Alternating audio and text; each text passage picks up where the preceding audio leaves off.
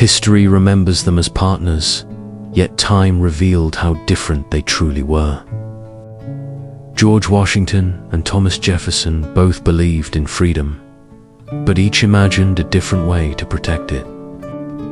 Their friendship began with admiration and purpose, then slowly faded into distance, not through anger, but through vision. After the long struggle for independence, Washington sought calm at home. Jefferson lived overseas for a time, surrounded by books and new ideas spreading across Europe.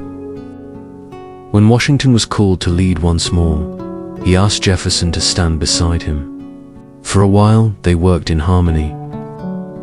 The steady general and the thoughtful writer, balancing strength and philosophy. But the young republic soon tested that balance. Other advisors held strong opinions about how the new system should grow. Washington valued order and stability. Jefferson valued simplicity and independence. What began as respectful debates slowly turned to quiet disagreement. Letters became cautious, conversations shorter, and though both men believed in the same dream, they began to see it from opposite sides. When unrest spread overseas, Jefferson looked with sympathy toward the voices calling for liberty. Washington, remembering how fragile peace could be, urged patience and distance. He believed the country must first secure its own foundation. Jefferson believed the spirit of freedom should never wait. They parted without hostility, but the warmth between them was gone. Jefferson eventually returned home, reflective and weary of politics.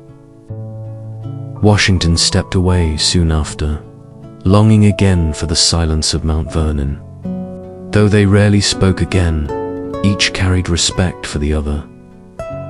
When Jefferson later reflected on Washington's passing, he called him a man of rare virtue, guided by purpose even in silence. Their story was not one of opposition, but of contrast. Washington embodied endurance, the power to hold steady through storms. Jefferson embodied motion, the courage to question and imagine something new. One built walls of order to protect the young country. The other opened windows to let fresh air in. Together, they created balance. Discipline and vision, stone and wind. Time softens what once seemed division. Seen now, their differences formed a harmony the nation would always need.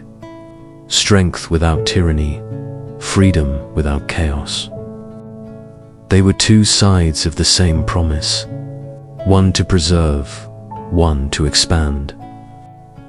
And in the quiet hours of night, when their names are spoken softly, their story reminds us that true leadership does not always mean agreement. Sometimes it is the respectful distance between ideas that keeps a dream alive.